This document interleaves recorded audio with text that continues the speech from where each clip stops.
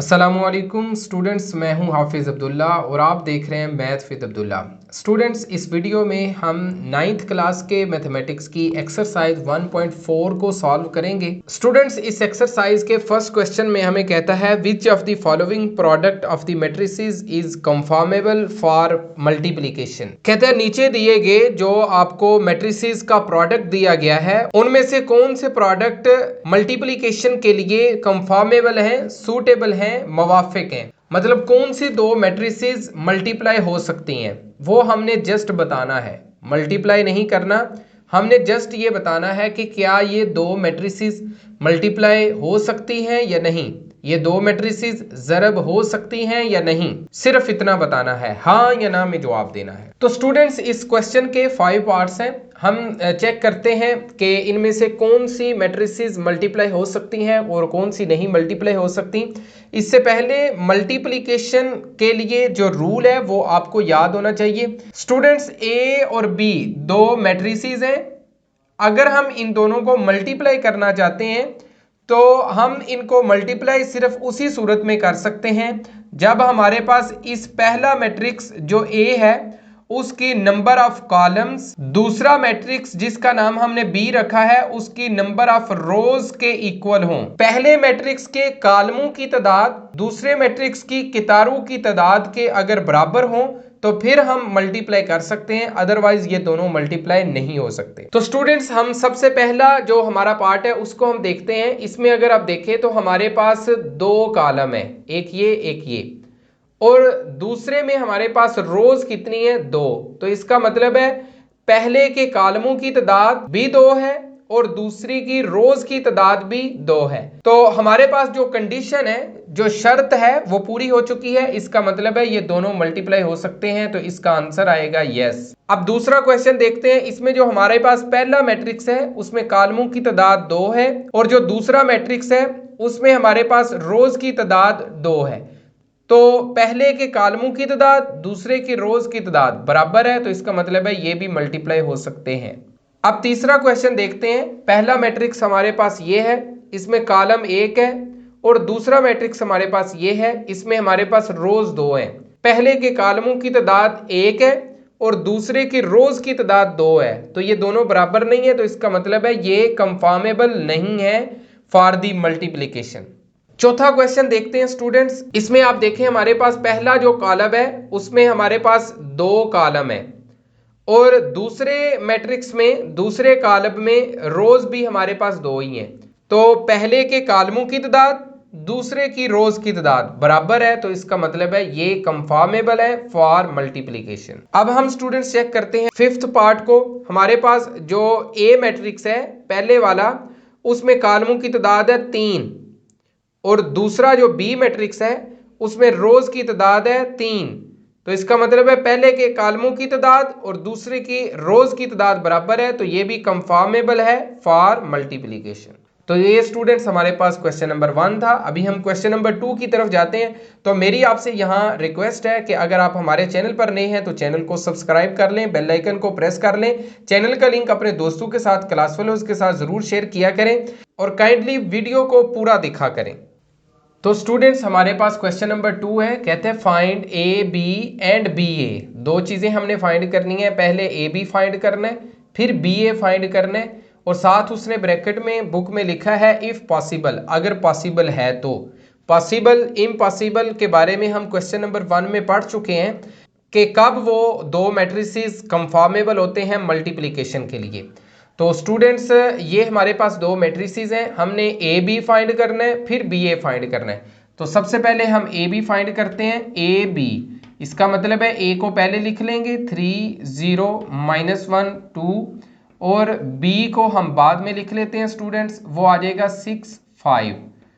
तो इन दोनों को मल्टीप्लाई करना है। तो मल्टीप्लाई करने से पहले हम चेक करेंगे कि पहले के कॉलमों की तादाद और दूसरे की रोज की तादाद बराबर है। तो जी, पहले के कॉलम है 2 और दूसरी की रोज है 2, तो दोनों की तादाद बराबर है, तो इसका मतलब है ये कंफर्मेबल है फॉर मल्टीप्लिकेशन। तो हम इनको मल्टीप्लाई कर देते हैं स्टूडेंट्स। मल्टीप्लाई करने का तरीका ये होता है कि पहला जो मैट्रिक्स है उसकी आपने पहली रो ले लेनी है और दूसरे का आपने पहला कॉलम ले लेना है। इन दोनों को मल्टीप्लाई करते हैं। इन दोनों को मल्टीप्लाई कैसे करने, ये 3 को 6 से मल्टीप्लाई करें तो ये हमारे पास 18 आएगा, दरमियान में हमेशा प्लस लगेगा। और 0 को अब मल्टीप्लाई करेंगे 5 से तो ये हमारे पास 0 आ जाएगा। अब -1 और 2 ये वाली जो रो है इसको हमने इस कॉलम से मल्टीप्लाई करना है। -1 को 6 से मल्टीप्लाई करें तो ये -6 प्लस 2 को 5 से मल्टीप्लाई करें तो ये 10 आ जाएगा। तो स्टूडेंट्स ये हमारे पास आ जाएगा। अब देखिए 18 + 0 हमारे पास 18 आएगा और -6 + 10 ये 4 आ जाएगा। यही हमारा आंसर है, यही मल्टीप्लिकेशन है, यही हमने फाइंड करना था। तो स्टूडेंट्स अब दूसरी चीज़ हमने फाइंड करनी है BA। तो BA ये लिख लेते हैं। B मैट्रिक्स है हमारे पास 6 5 और A मैट्रिक्स हमारे पास है 3 0 -1 2। इन दोनों को मल्टीप्लाई करने से पहले हमने चेक करना है कि पहले के कॉलमों की तादाद और दूसरे के रोज़ की तादाद बराबर है या नहीं। तो पहले के कॉलम देखें वो 1 है, 1 है हमारे पास, दूसरे की रोज़ हमारे पास 2 है। तो इसका मतलब है पहले के कॉलमों की तादाद और दूसरे के रोज़ की तादाद बराबर नहीं है, तो इसका मतलब है ये मल्टीप्लाई नहीं हो सकते। तो हमने लिख देना है BA इज़ इम्पॉसिबल। तो स्टूडेंट्स हमारे पास क्वेश्चन नंबर 3 है, कहते हैं फाइंड दी फॉलोइंग प्रोडक्ट्स। हमने प्रोडक्ट्स ही फाइंड करने हैं। बेसिकली ये जो हमारे पास एक्सरसाइज है ये कॉलमों के ज़रब के रिलेटेड ही है। तो स्टूडेंट्स ये हमारे पास दो मैट्रिसेस हैं, हमने इन दोनों को मल्टीप्लाई करना है। तो सबसे पहले आप देख लें कि पहले के जो हमारे पास कॉलम है वो 2 हैं और दूसरी की रोज 2 हैं, तो इसका मतलब है ये दोनों मल्टीप्लाई हो सकते हैं। मल्टीप्लाई कर देते हैं स्टूडेंट्स। तो स्टूडेंट्स तरीका यह है कि हमने पहले मैट्रिक्स की रो को दूसरे मैट्रिक्स के कॉलम के साथ मल्टीप्लाई करना होता है। तो 1 को हम मल्टीप्लाई करेंगे 4 से तो ये हमारे पास आ जाएगा 4, प्लस 2 को हम मल्टीप्लाई करेंगे 0 से तो ये हमारे पास आ जाएगा 0। तो स्टूडेंट्स ये हमारे पास आ जाएगा 4 + 0 4। यही हमारा आंसर है, यही हमने फाइंड करना था। तो स्टूडेंट्स हमारे पास सेकंड पार्ट है, ये हमारे पास दो मैट्रिसेस हैं, हमने इन दोनों को मल्टीप्लाई करना है। तो अब देखें पहले की रो को दूसरे के कॉलम से हम मल्टीप्लाई कर देते हैं। 1 को 5 से मल्टीप्लाई करें तो ये हमारे पास 5 आ जाएगा। 2 को दरमियान में हमने प्लस लगाना है, 2 को -4 से मल्टीप्लाई करें तो ये -8 आएगा। ब्रैकेट को क्लोज कर देते हैं। तो स्टूडेंट्स अब देखें ये प्लस और माइनस, ये -8 हो जाएगा तो इधर +5 है, तो इन दोनों को प्लस माइनस करें तो ये -3। ये हमारा आंसर है, यही हमने फाइंड करना था। तो स्टूडेंट्स इसके बाद हमारे पास जो थर्ड और फोर्थ पार्ट है वो बिल्कुल सेम लाइंस के ऊपर है, आप आसानी से कर सकते हैं, वो करने की जरूरत नहीं है। फिफ्थ पार्ट को हम करने लगे। सबसे पहले हम चेक करेंगे कि इसके हमारे पास कॉलम है 2 और दूसरा जो मैट्रिक्स है हमारे पास उसकी रोज है हमारे पास 2, तो ये मल्टीप्लाई हो सकती हैं। हम इनको मल्टीप्लाई करते हैं, पहली रो को पकड़ लेंगे और इसके पहले कॉलम को पकड़ लेंगे। 1 को 4 से मल्टीप्लाई करें 4 आ जाएगा, दरमियान में प्लस लगाना है। 2 को 0 से मल्टीप्लाई करें तो 0 आ जाएगा। अब हमारे पास ये जो रो है इसके लिए एक और कॉलम मौजूद है, तो इसी रो को आपने इस कॉलम के साथ मल्टीप्लाई करना है। 1 को 5 से मल्टीप्लाई करें तो 5, दरमियान में हमने प्लस लगाना है। 2 को -4 से मल्टीप्लाई करें तो ये -8 आ जाएगा। अगर इधर हमारे पास एक और कॉलम होता तो हम उसके साथ भी मल्टीप्लाई करते। अब -3 को भी इसी तरह दोनों कॉलमों के साथ अलग-अलग मल्टीप्लाई करना है। तो -3 को 4 से मल्टीप्लाई करें तो -12 आएगा, दरमियान में प्लस।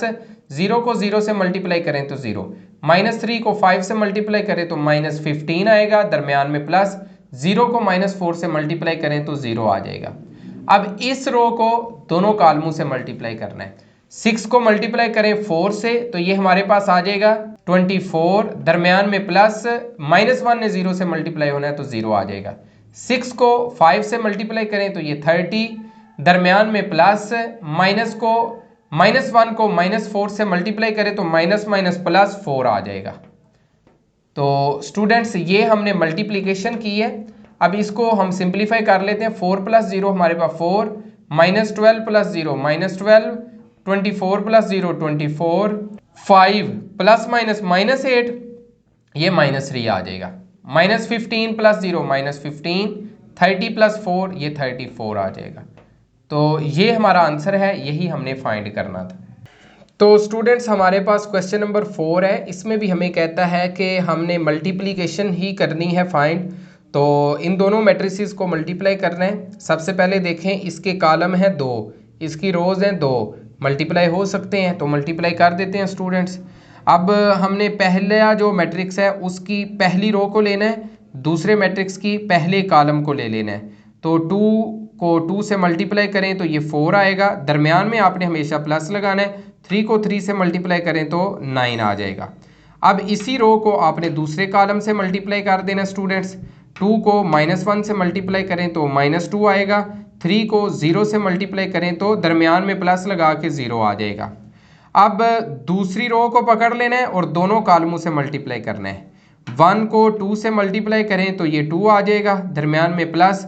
1 को 3 से मल्टीप्लाई करें तो ये 3 आ जाएगा। अब इसी रो को दूसरे कॉलम से मल्टीप्लाई कर देते हैं। 1 को -1 से मल्टीप्लाई करें तो -1 आएगा। 1 को 0 से मल्टीप्लाई करें तो 0 आ जाएगा, दरमियान में प्लस आ जाएगा। अब इस रो को पकड़ लेते हैं स्टूडेंट्स। 0 को 2 से मल्टीप्लाई करें तो ये 0 आ जाएगा, दरमियान में प्लस। और -2 को 3 से मल्टीप्लाई करें तो ये -6 आएगा, इसको हम -6 लिख लेते हैं। 0 को अब इसी रो को इस कॉलम से मल्टीप्लाई करना है। तो 0 को -1 से मल्टीप्लाई करें 0, -2 को 0 से मल्टीप्लाई करें तो 0, दरमियान में आप प्लस आ जाएगा। स्टूडेंट्स इसको सिंप्लीफाई करते हैं।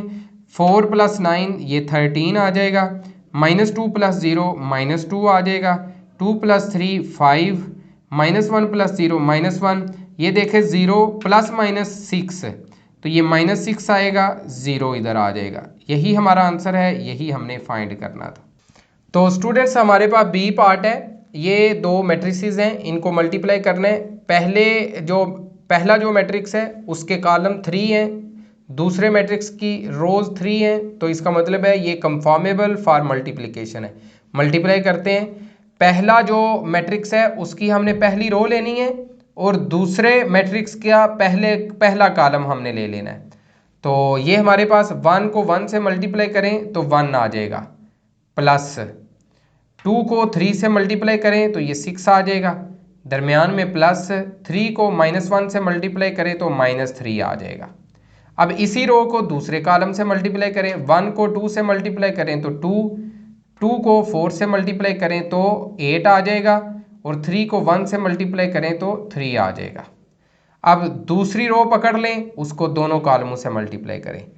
पहले कॉलम से जब मल्टीप्लाई करेंगे तो 4 1 के साथ मल्टीप्लाई होके 4, 5 3 के साथ मल्टीप्लाई होके 15, दरमियान में प्लस, फिर दरमियान में प्लस। 6 ने -1 से मल्टीप्लाई होना है तो -6 आएगा।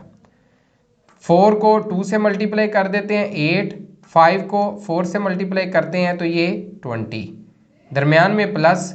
6 × 1 ये 6 आ जाएगा। स्टूडेंट्स इसको सिंप्लीफाई करते हैं। 1 + 6 ये हमारे पास आ जाएगा 7, ये ±-3 आ जाएगा। 2 + 8 ये हमारे पास आ जाएगा 10 + 3। 4 + 15 19 माइनस ये ±-6 आ जाएगा। 8 + 20 28 + 6 आ जाएगा। तो स्टूडेंट इसको मज़ीद सिंप्लीफाई करते हैं। 7 - 3 हमारे पास 4 आ जाएगा, 10 + 3 हमारे पास 13 आ जाएगा, और ये हमारे पास 13 आ जाएगा, और ये 28 + 6 ये 34 आ जाएगा। यही हमने फाइंड करना था, यही हमारा आंसर है। तो स्टूडेंट्स इसके बाद जो हमारे पास सी और डी पार्ट है वो बिल्कुल आसान है, बिल्कुल सेम लाइंस के ऊपर है, उनको करने की ज़रूरत नहीं है।